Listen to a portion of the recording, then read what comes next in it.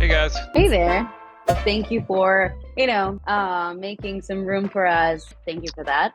So first of all, I wanted to ask, how did you start your company? When did that happen? hmm Maybe what was your biggest challenge back then? So I have an independent company that does smaller architectural projects, and I also Hmm. work for a more established architect here in Santa Fe who does bigger commercial and residential projects. And so I had Hmm. been doing drafting for him for a number of years, as well as sort of smaller projects as they came up.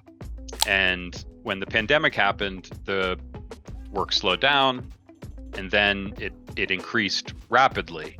And I found myself in a position where I just absolutely did not have the capacity to get the drafting work done that I needed, where I was being forced to work, two shifts basically, like a day shift and a night shift where I actually did the drafting. And I tried to hire people locally, but Santa Fe is a pretty small market, and there's not a lot of younger people here. There's no architecture school, and I wasn't able to, or I should say, it didn't go well.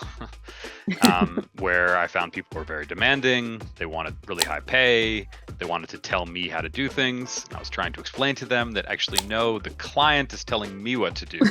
When I was at the sort of lowest ebb of like, I do not know how I'm going to get this done, I had a few hard deadlines coming up. I got contacted on LinkedIn. And so I had very little expectations. Hmm. Um, but I met with Cami and explained what you guys did. And I had a few interviews or I had two interviews, and I ended up hiring both people.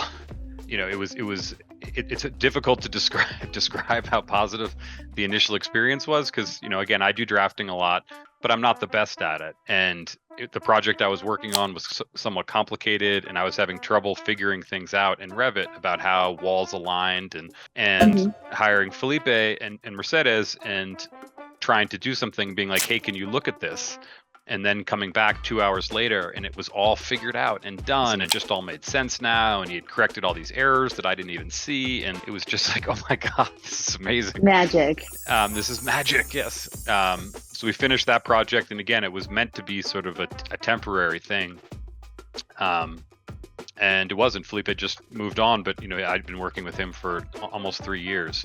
Yeah, and so I've cycled through a number of people, and as people have moved on or things have changed, and it's been very consistent in terms of the quality of people that I've been working with, and that has been the biggest amenity for me